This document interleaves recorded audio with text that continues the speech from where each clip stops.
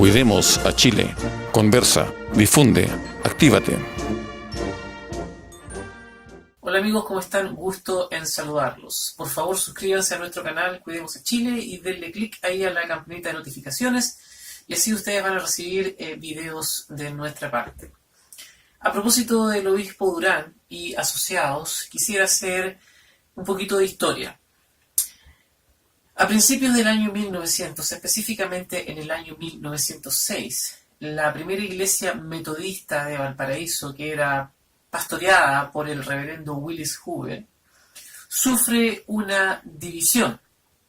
De esa división surge el pentecostalismo, surge el movimiento pentecostal tal y cual lo conocemos hasta el día de hoy, y de esa misma forma se exportó al mundo el movimiento pentecostal chileno.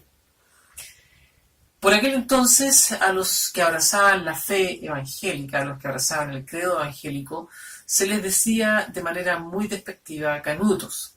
Y esto en honor a un cura jesuita que, llegado de Argentina, se instaló en la zona central de Chile, específicamente en San Felipe Los Andes. Y estando él, Juan Canut de Bon, porque así se llamaba, estando él en la ciudad de San Felipe, en la estación de trenes de San Felipe, sentado en una banca, se encuentra con una Biblia que alguien había abandonado en el lugar. Él la lee, toma contacto con los evangélicos presbiterianos que ya estaban trabajando en la zona, y entonces Juan Canut de Bon abraza la fe protestante o evangélica. Y cuando digo protestante, me refiero a aquella fe que surge en ese proceso, ¿no verdad?, de reforma en Alemania, que emerge en el siglo XVI con Martín Lutero, posteriormente con Juan Calvino y otros reformadores más. Los que habían surgido antes habían sido acallados por la fuerza, por la hegemonía de la Iglesia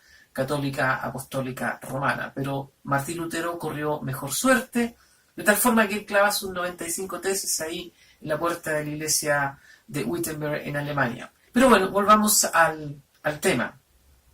Entonces Juan Canut de Bon toma contacto con los misioneros presbiterianos que estaban trabajando en la zona. Entonces él abraza la fe evangélica. Y porque el apellido de él era Canut, y comenzó él a predicar en la calle, a viva voz, a todos aquellos que abrazaban la fe evangélica, también se les comenzó a llamar canutos, en honor al apellido de Juan Canut de Bon.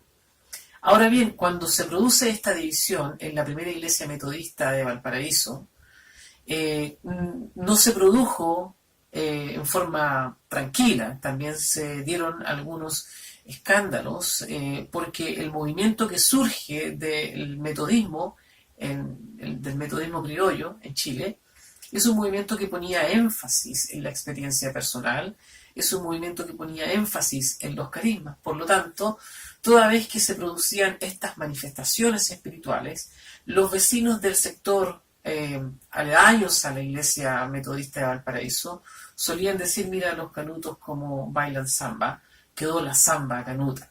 Desde ahí que viene esa expresión. Entonces el movimiento que surge de la división de la primera iglesia metodista de Valparaíso es justamente el movimiento pentecostal, que pone énfasis en este tipo de manifestaciones. Ahora bien, el movimiento pentecostal es un movimiento de profundo arraigo en las clases sociales bajas de nuestro país. Las conversiones a la fe evangélica que se le atribuyen a este movimiento, producto de la predicación que ellos hacen en la calle, son notables y seguirán siendo notables. Son muchos los casos de prostitutas que han abandonado su vida, de alcohólicos, porque en aquella época, para empezar, había mucho alcoholismo, pero en fin, y también de homosexuales que han dejado el homosexualismo y han abrazado la fe evangélica. Como decía entonces, el movimiento pentecostal chileno es un movimiento de profundo arraigo en las clases sociales bajas. Es un movimiento que pone énfasis en las vivencias personales y en los carismas. Pero además es un movimiento que carece de una mayor profundidad teológica. Y a diferencia de los otros grupos evangélicos en Chile, porque el movimiento pentecostal no representa a la totalidad del pueblo evangélico chileno. A diferencia de los otros grupos evangélicos, las iglesias pentecostales o el movimiento pentecostal tiene un sistema de gobierno bastante particular. A saber, es un sistema de gobierno vertical en donde el pastor y el obispo es como el papa, ¿verdad? En otras iglesias existen movimientos en donde hay un consejo de ancianos, esos son los sistemas de gobierno eclesiásticos presbiterianos, en donde hay un grupo de ancianos, un pastor, entonces ellos toman decisiones en conjunto, y estos ancianos son elegidos por la congregación, de tal forma que se producen controles.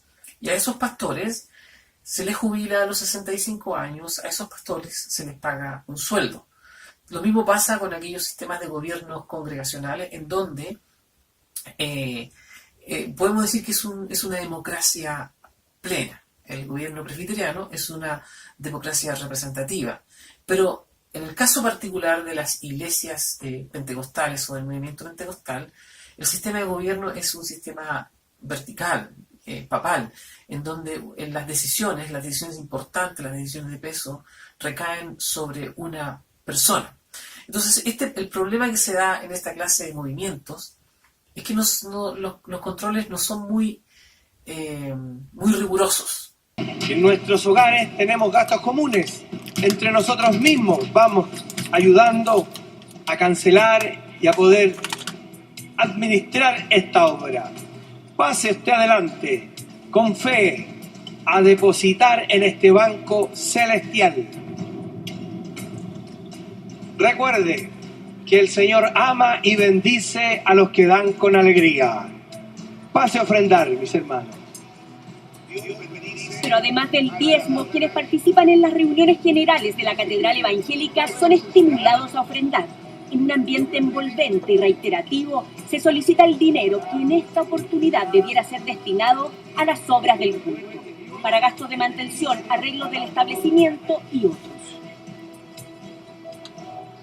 Y Dios bendice al dador alegre. Así que esfuércese, gánese usted la bendición. Dios bendice al dador alegre. Se pasará a recibir la ofrenda voluntaria y usted recuerde que Dios bendice al dador alegre. Porque se malentiende que esa persona es el ungido, título que en la Biblia solamente se otorga a Cristo, no se otorga a nadie más. Ungido en el amor divino de la iglesia. Lo proclamamos en el nombre del Padre, del Hijo y del Espíritu Santo. Y la iglesia dice... Distinto es el caso de cuando se ungían reyes. Ese es otro contexto, esa es otra situación. Pero el título ungido, como lo quieren hacer notar algunos, solamente se le otorgaba a Cristo en la Biblia. Entonces el sistema de gobierno pentecostal tiene ese problema.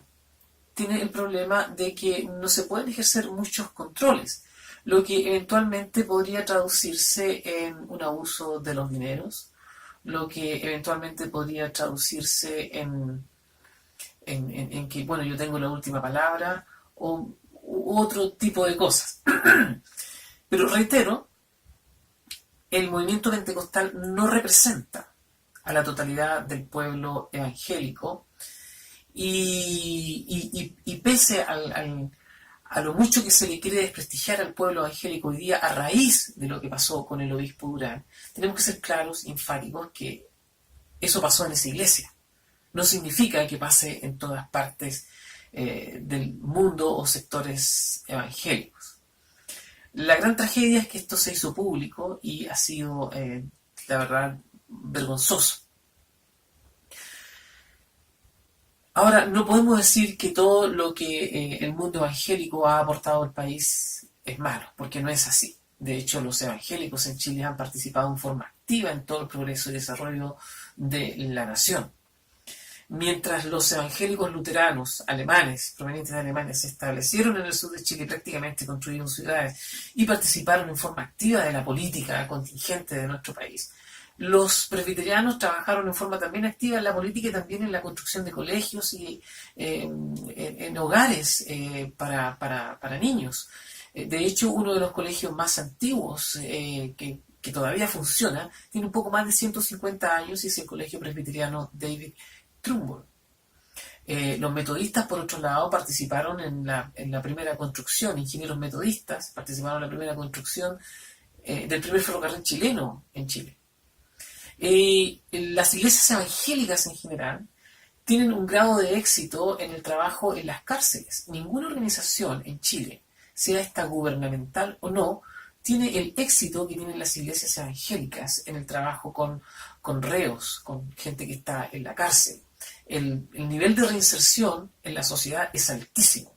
O sea, son muchos los beneficios que se devienen de tener un país en donde existan evangélicos. La tragedia es que lo que aconteció con el obispo Durán, en primer lugar, no representa a la totalidad del pueblo evangélico, y la otra gran tragedia es que esto se hizo público y prácticamente se ha metido a todos en el mismo saco. Y la verdad yo creo que eso no debe y no debiera ser. Ahora, en rigor, ¿qué es lo que corresponde? Bueno, ya se han tomado acciones. Lo que corresponde es que el obispo Durán sea destituido de inmediato de su cargo. Y lo otro que debieran hacer al interior de la iglesia pentecostal JBH es cambiar su sistema de gobierno. Deben tener un sistema de gobierno que les permita poder ejercer control sobre aquellos que tienen la responsabilidad de predicar acerca de la Biblia. De lo contrario, van a seguir teniendo los problemas que ahora se han hecho públicos.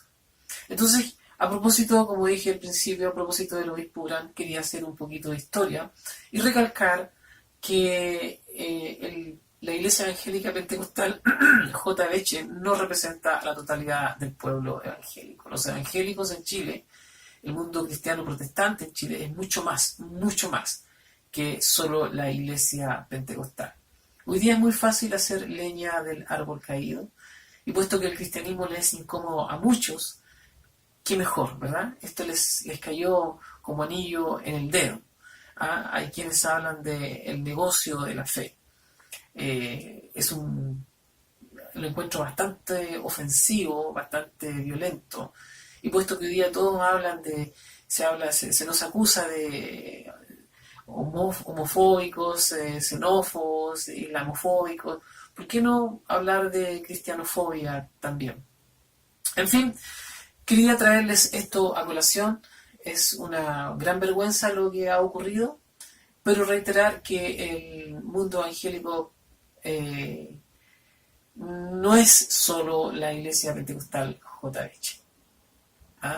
El aporte del pueblo evangélico, el aporte del mundo cristiano protestante a la nación es incalculable. Es incalculable. Solo basta que usted lea un poquito de historia para que se dé cuenta lo mucho que han aportado los evangélicos al progreso y desarrollo de la nación. Desgraciadamente, es fácil meterlos a todos al saco y creo que eso no corresponde. La Iglesia Pentecostal JBH no representa la totalidad del pueblo evangélico. El obispo debe ser, ya fue, destituido de su cargo. Renunciarás a toda iniquidad y concupiscencia mundana, viviendo sobria, justa y piadosamente. Me esforzaré cumplirlo fielmente con la ayuda de Dios. Viviendo sobria, justa y piadosamente. Me esforzaré cumplirlo fielmente con la ayuda de Dios. Y les sugiero que cambien su sistema de gobierno por uno que les ofrezca mayores controles, por uno más bíblico también. Queridos amigos, que tengan ustedes muy buenas tardes o buenos días. Cuidemos a Chile. Conversa, difunde, actívate.